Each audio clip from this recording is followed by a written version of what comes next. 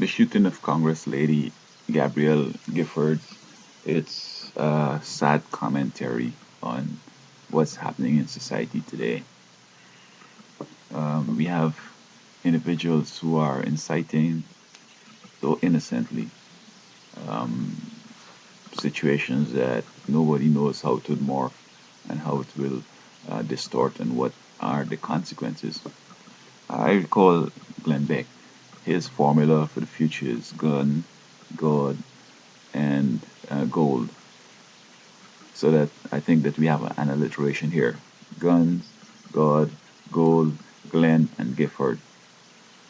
That's the extension of his ranting. It's unfortunate that we have individuals who are becoming celebrities and hold important positions, though not having the ability to understand their own minds and the consequences of their rant and their insinuations and attitudes and actions. I think that we are in an era in which it seems as if, with the wounding of this Congress lady, it could be the level to which democracy has suffered. It's either it's mortal or either it's critical. And if critical and the recovery, I don't think democracy may recover. I think that we have to go back to the position where people could differ from the way we see things without us feeling threatened and want to get violent. Um, what is causing all of this? Well, as Glenn is putting it forward, it's a lack of confidence and a lack of trust and a lack of faith in God. As he's saying that this is what we need, I don't think there is where he's going anyway, because his whole position of preparing for the end time with stocking up groceries and maybe planting things and so on, it's not consistent with how God expects people to prepare for the end time. And so that you'd want to know if he's not diabolical or whether he's speaking for God or God is working with him. Um, we should be able to differ. And I understand your position.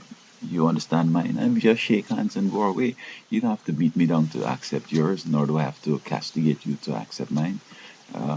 Who knows which is right? I mean, it's not like um, it's those gray areas. It's not like right and wrong and death and life and two and two. It's a little more complex than that.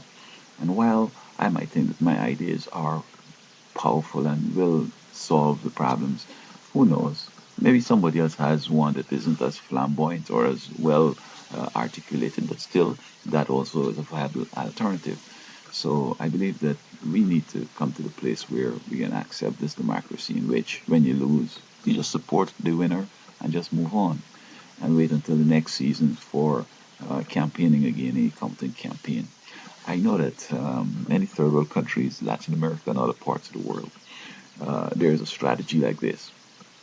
You oppose the government, and when you become the government, the former government oppose you, and so it's a constant opposition and a constant tearing down and burning, so that sometimes you might be able to tread the waters, as well as sometimes you may rear advance.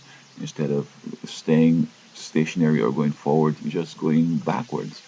And this attempt on democracy here, it's a bad step, and I hope that this is not necessarily the trend or the position that the majority of folks will hold. We got to go forward with democracy again, accept others' views. We could even discuss religion.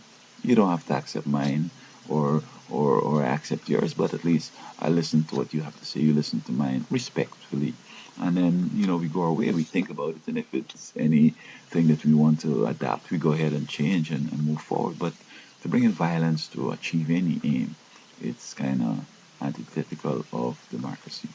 So that I hope that this is not necessarily the new direction life is going to take, but it's a point that we should pause and consider whether we want to continue down this road or we want to go back to the founding fathers in which democracy was most viable then and up to a certain point hitherto.